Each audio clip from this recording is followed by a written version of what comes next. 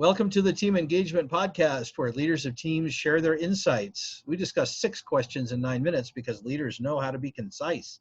We'll jump right into it. First question, in a few sentences, tell us who you are and what you do.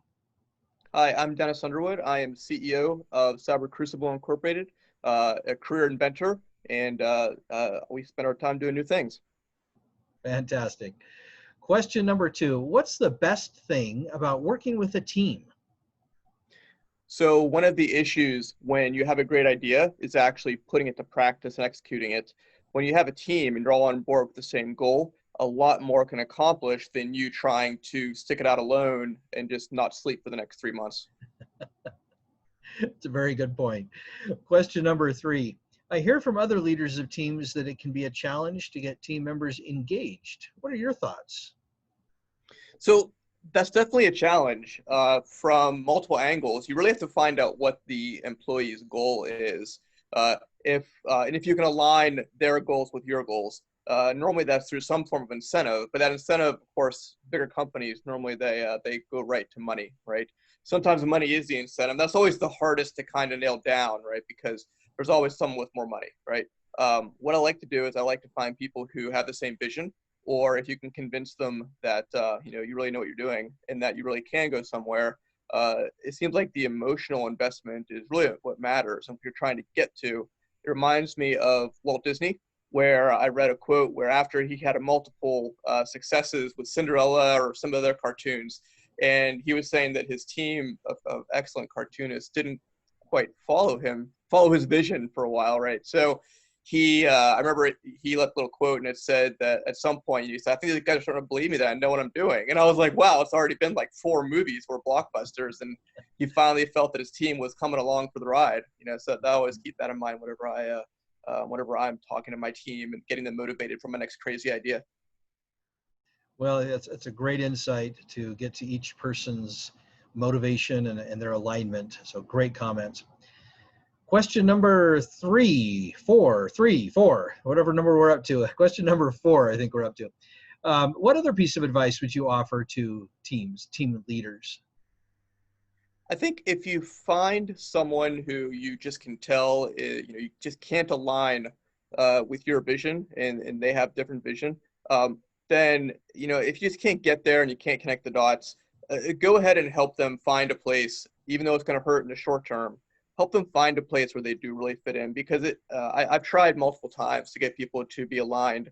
In the end, that actually causes more disruption than not. And I'm not saying like a bad employee or a bad teammate. It just doesn't align, and eventually there's enough friction with the team who is sharing your vision that just doesn't line up well.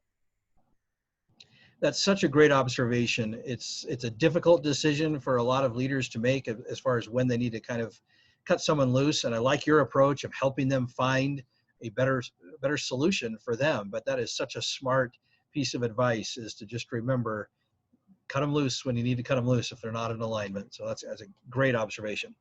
Question number 5, what other successful team leaders, such as yourself, would you like to recognize that have had a positive influence in your life? So I've had a lot of great discussions recently with Austin Morris over I think he's in Philadelphia. He is a cyber insurance executive, has his own firm, great entrepreneur. He had a lot of great things to say. We had a lot of conversations over the last year or two. I noticed that I'm starting to hear other customers of mine who don't necessarily know that we know each other, have introduced me and said, you really got to talk to Austin. He's a straight shooter, and that's really cool to hear, right? And then, of course, sometimes I feign surprise, and sometimes I'm like, oh, yeah, Austin, I know him, and so it depends on my mood and how much time I have. But I definitely recommend reaching out to him. He may or may not have time, but he's very busy and very successful. But I think he's a really good contact for people to get in touch with.